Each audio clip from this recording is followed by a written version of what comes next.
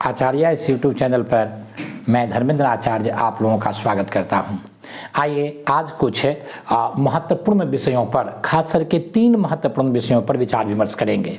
जैसा कि हम लोग जानते हैं 17वीं बीपीएससी की परीक्षा 13 दिसंबर 2024 को आयोजित होने वाली है, किंतु आज 4/12 यानी 4 तारीख हो गया और 4 तारीख के अभी लगभग 2-2:30 बज रहे हैं।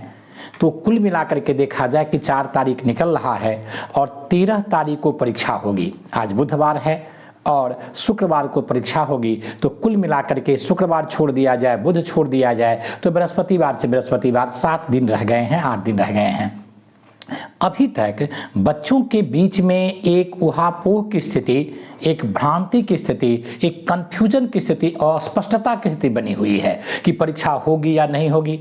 अभी तक एडमिट कार्ड के बारे में, प्रवेश पत्र के बारे में कुछ भी सूचना नहीं दी गई है, जबकि बीपीएससी की परीक्षा में देखा जाए तो अन्य सभी बार लगभग 10 दिन पहले इस बात की सूचना दे दी जाती थी कि आप लोगों का एडमिट कार्ड फलाने दिन से डाउनलोड होगा।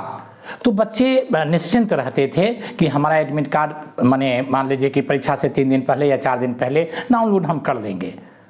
अभी भी अगर सूचना आज सामने भी दे दिया जाए आयोग के द्वारा कि एडमिट कार्ड 6, 7, 8 को डाउनलोड होगा और आप लोग 7 तारीख से लेकर के या 6 तारीख से लेकर के 10 तारीख तक डाउनलोड कर सकते हैं, तो स्पष्टता की स्थिति आ जाएगी, क्लियर हो जाएगा। सभी लोग अपनी ऊर्जा और अपने समय को अपनी तैयारी में लगाएंगे। लेकिन इस तरह की स्थिति बनी हुई है। खास करके भ्रांति का एक कारण यह भी है कि इस बार बीपीएससी परीक्षा 30 सितंबर को आयोजित होने वाली थी, फिर डेट बढ़ा करके 17 नवंबर हो गया और फिर बढ़ा करके 13 दिसंबर हो गया और उसमें भी बीच में एक बार और सूचना आ गई कि 17 तारीख को परीक्षा नहीं होने वाली है। तो एक अस्पष्टता की स्थिति बनती जा रही है और लोगों में इस तरह की बातें आ रही है। कल ही से कुछ छात्रों ने इस बारे में कहा और उन्होंने कहा कि एक वीडियो इस पर बनाया जाए और इस पर बच्चों के बीच में एक मैसेज देने की कोशिश की जाए कि क्यों ऐसा हो रहा है और इसके लिए क्या किया जाना चाहिए। तो वीडियो के अंतिम चरण में छात्रों के लिए क्या रणनीति होगी, इस पर विचार विमर्श करेंगे। तो पहला पक्ष यही है कि आयोग को विनम्र निवेदन के साथ मैं ये परामर्श देना चाह रहा हूँ कि वो सूचना दे दें, एक इन्फॉर्मेशन दे दें। आज 2 बजे मैंने आयोग का वेबसाइट चेक किया था और 28 नवंबर के बाद उस पर कोई अपडेशन नहीं हुआ है कि हम फलाने तारीख को बीपीएससी की जो सिविल सेवा वाली परीक्षा होने वाली है उसका एडमिट कार्ड लोड कर देंगे, आप वहाँ से डाउनलोड कर लीजिए। बस इतनी सूचना देनी है। तो क्योंकि अब समय कम रह गए हैं, बच्चे लोगों में एक नाना प्रकार की बातें फैलती रहती है और उससे थोड़ा विश्वसनीयता पर नकारात्मक प्रभाव पड़ता है और इससे मुझे लग रहा है कि अभ्यर्थियों को लाभ होगा। वे अपना समय निश्चित कर लेंगे कि अब हमें बस पढ़ना ही पढ़ना है, 1 सप्ताह रह गया है। और जो दूर दराज के छात्र हैं, जो झारखंड से या मध्य प्रदेश से या उत्तर प्रदेश से आएंगे, उनको चूँकि ठंड का समय है तो होटल बुक करना होगा या गाड़ी का टिकट लेना पड़ेगा, तो इन सारे संदर्भों में भी उनको भी कुछ सुविधा हो जाएगी। एक दूसरा पक्ष है, इसमें आयोग से मेरा यही अनुरोध है कि निश्चित रूप से कुछ न कुछ इस संदर्भ में एक विज्ञप्ति जारी कर दें, पहली बात। दूसरी बात, नॉर्मलाइजेशन को लेकर भी कई प्रकार की भ्रांतियां और अस्पष्टता बनी हुई है। इस संदर्भ में मोटे तौर पर देखा जाए तो पहली बात तो यही है कि नॉर्मलाइजेशन की प्रक्रिया को अगर बाहर रखा जाता, मेरा विचार है कि नॉर्मलाइजेशन की प्रक्रिया संभवतः उचित नहीं है, इनको छोड़ देने में ही लाभ है। दूसरी तरफ देखा जाए नॉर्मलाइजेशन की प्रक्रिया में एक छोटा सा मैं उदाहरण देता हूं। मान लीजिए कि 4 सेट प्रश्न बनेंगे। प्रश्न आप अभी भी प्रश्न के संदर्भ में कल ही एक विज्ञप्ति टाइप का आया था, वो मुझे लग रहा है कि गलत है क्योंकि आयोग के साइट पर नहीं है, जिसमें कहा गया कि 3 प्रकार के पेपर होंगे। पेपर 1 जो भूरे कलर के जो स्टील के बॉक्स में होंगे और भूरे कलर का प्लास्टिक का रेपर लगा होगा, दूसरा जिसमें नीले कलर का लगा रहेगा और तीसरा पीले कलर का लगा रहेगा। हर एक डिस्ट्रिक्ट में वो पहुँचेंगे और हर एक डिस्ट्रिक्ट में पहुँचने के बाद रैंडम निर्णय लिया जाएगा कि उस डिस्ट्रिक्ट में किस प्रकार के पेपर होंगे, भूरे वाले होंगे या नीले रेपर वाले होंगे या येलो रेपर वाले होंगे। तो इस सब तरह की बातें, तो 3 तरह के प्रश्न होंगे। फिर उसका ABCD बुकलेट बनेगा। तो कुल मिलाकर के देखा जाए इसमें किस तरह के प्रश्न होंगे। एक उदाहरण ले लेते हैं। जैसे मान लीजिए कि कांग्रेस के अध्यक्षता के संदर्भ में क्वेश्चन आ गया कि 1903 में कांग्रेस के अध्यक्ष कौन थे और कहां बैठक हुई, इसमें से कोई एक। दूसरा, 4 में कौन अध्यक्ष थे और कहां बैठक हुई। 5 में कौन अध्यक्ष थे और कहां बैठक हुई। और चौथे सेट में 1906 में कांग्रेस के कौन अध्यक्ष थे और कहां बैठक हुई। अगर यही प्रश्न आ जाता है तो परीक्षक तो इसको एक ही समान के क्वेश्चन मानेंगे, क्योंकि ये क्वेश्चन तो है नहीं कि 5 में कहाँ बैठक हुई और पूछ दिया जाए कि 6 में बैठक के मुख्य प्रस्ताव क्या थे, तब क्वेश्चन के वॉल्यूम में अंतर हो जाएगा, मान में अंतर हो जाएगा कि एक में क्यों पूछ दिया गया और दूसरे में क्या पूछा गया। तो क्यों वाला क्वेश्चन थोड़ा भारी हो जाएंगे, सब में क्या पूछा गया है। तो सीधी सीधी सीरियल में है 3, 4, 5, 6, 4 बुकलेट बनाएंगे तो। लेकिन आप विद्यार्थियों से, परीक्षार्थियों से पूछें, रैंडम आप 100 विद्यार्थियों को लें जो इस बार पेपर दे रहे हैं, उनसे पूछिए कि 1905 में कांग्रेस की बैठक कहाँ हुई और किसने अध्यक्षता की, तो 80 विद्यार्थी बता देंगे कि वाराणसी में और उसके अध्यक्ष गोपाल कृष्ण गोखले थे। अगर पूछ देंगे कि 6 में कहाँ बैठक हुई, उसमें से 75 विद्यार्थी बता देंगे कि कोलकाता में और नरौजी जी उसके अध्यक्ष हुए। लेकिन पूछेंगे 4 में कहाँ बैठक हुई और उसके अध्यक्ष कौन थे, तो केवल 20 छात्र बताएंगे कि 4 में बैठक कहाँ हुई और उसके अध्यक्ष कौन थे। अगर आप पूछ दिए कि 3 में बैठक कहाँ हुई और उसके अध्यक्ष कौन थे, तो केवल 15 छात्र बता पाएंगे कि कहाँ बैठक हुई। मद्रास में 3 में बैठक हुई, लाल मोहन घोष जो थे उसके अध्यक्ष थे, और 4 में मुंबई में हुई थी, हेनरी कॉटन जो है उसके अध्यक्ष थे। तो बहुत सारे छात्रों को, जबकि क्वेश्चन का वॉल्यूम तो एक ही माना जाएगा, उसके टफनेस की बात की जाएगी, जटिलता की बात की जाएगी, तो माना जाएगा सभी में हमने अध्यक्ष पूछा। लेकिन 3-4 के बारे में लगभग 80% बच्चे नहीं जानते हैं और 5-6 के बारे में लगभग 80% बच्चे उत्तर जानते हैं। तो जिनको 3 और 4 वाला बुकलेट मिलेगा वो मानेंगे कि हमारे साथ जायती हुई है। इसलिए मेरे विचार से नॉर्मलाइजेशन की प्रक्रिया को अगर बाहर रखा जाता तो छात्रों के हक में अच्छा होता, आयोग के हक में भी इसलिए अच्छा होगा कि विश्वसनीयता बनी रहेगी।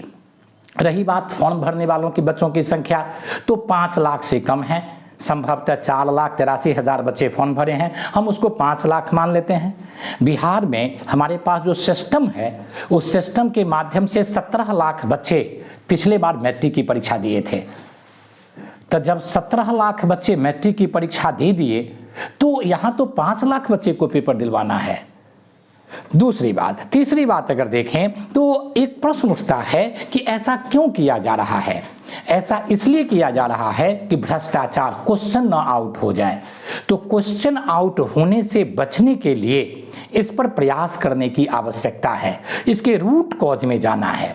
और रूट कॉज को अगर देखें तो भ्रष्टाचार, और भ्रष्टाचार में भी भ्रष्टाचार की अगर जननी देखा जाए तो जितने हमारे यहाँ प्रशासनिक क्षेत्र में रिसर्च किए गए हैं, सुधार आयोग ने इस पर विचार दिए हैं, उन सभी का कहना है कि भारत के प्रशासक वर्ग जो हैं और जिन प्रशासक वर्ग को नियुक्ति की प्रक्रिया से राज्य सिविल सेवा आयोग और केंद्र सिविल सेवा आयोग गुजार बनाते हैं, वहीं कहीं न कहीं दोष है। लगभग 25 से 36%, उससे भी ज़्यादा हमारे प्रशासक कहीं न कहीं भ्रष्ट हैं। अभी ही बीपीएससी की परीक्षा का रिजल्ट आया है। मैं एक वीडियो देख रहा था जो अपने पुत्र को मैंने व्हाट्सएप पर भेजा, जिसमें एक टॉपर कह रहे हैं कि मैंने कहीं कोचिंग नहीं की। जब इसी बात की चर्चा पिछले शनिवार को यानी 30 तारीख को नवंबर को मैंने क्लास में चर्चा की तो क्लास के बच्चे ने बताया कि ये सर 2 वीडियो और देखिए, उसमें तो फलाने कोचिंग में वो कह रहे हैं कि हमने कोचिंग किया है।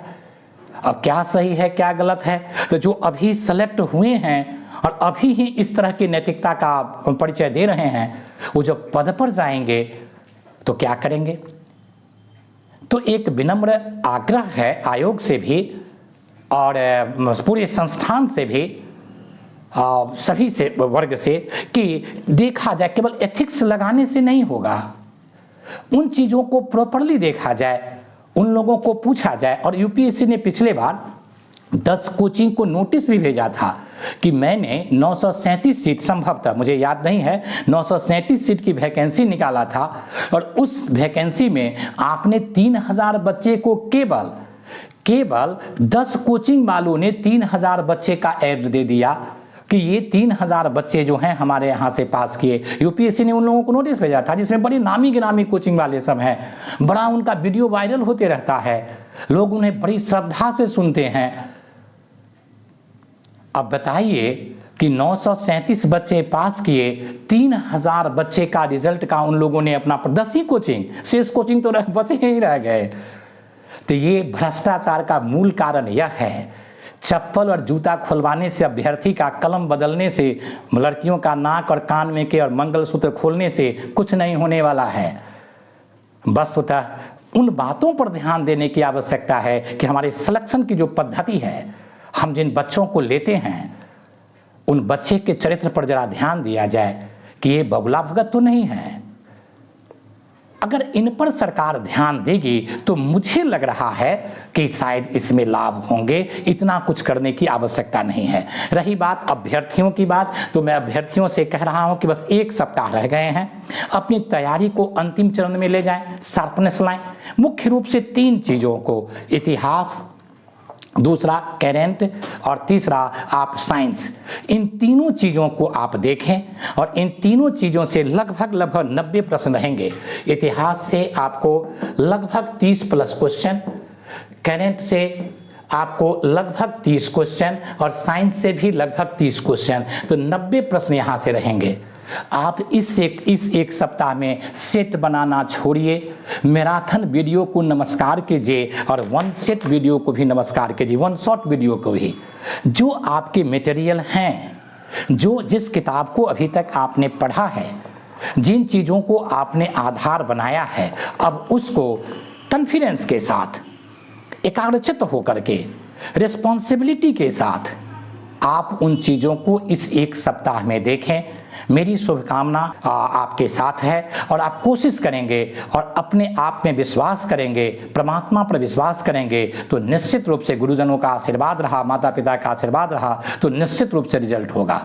अगर आप बहुत देर यूट्यूब पर मैराथन देखने में लग जाएंगे, चाहे वो किन्हीं का हो, तो उस तरह से आप अपने पर ध्यान नहीं दे पाएंगे और एक बिखराव की स्थिति पैदा होती चली जाएगी, जिसका परिणाम हो सकता है कि कुछ अतिरिक्त हो। अतः अपने आप को कंसोलिडेटेड कीजिए, अपने आप को व्यवस्थित कीजिए, अपने आप को देखिए और कहाँ जो चीज़ है, खास करके इन तीनों को आप फोकस करके 90 क्वेश्चन को इस बीच में अगर एक बार ठीक से रिवीजन दे देते हैं, फिर थोड़ा पॉलिटी को और अन्य विषय को अगले वीडियो में इन बातों को रखूंगा। इसी के साथ मैं अपनी वाणी को विराम देता हूँ।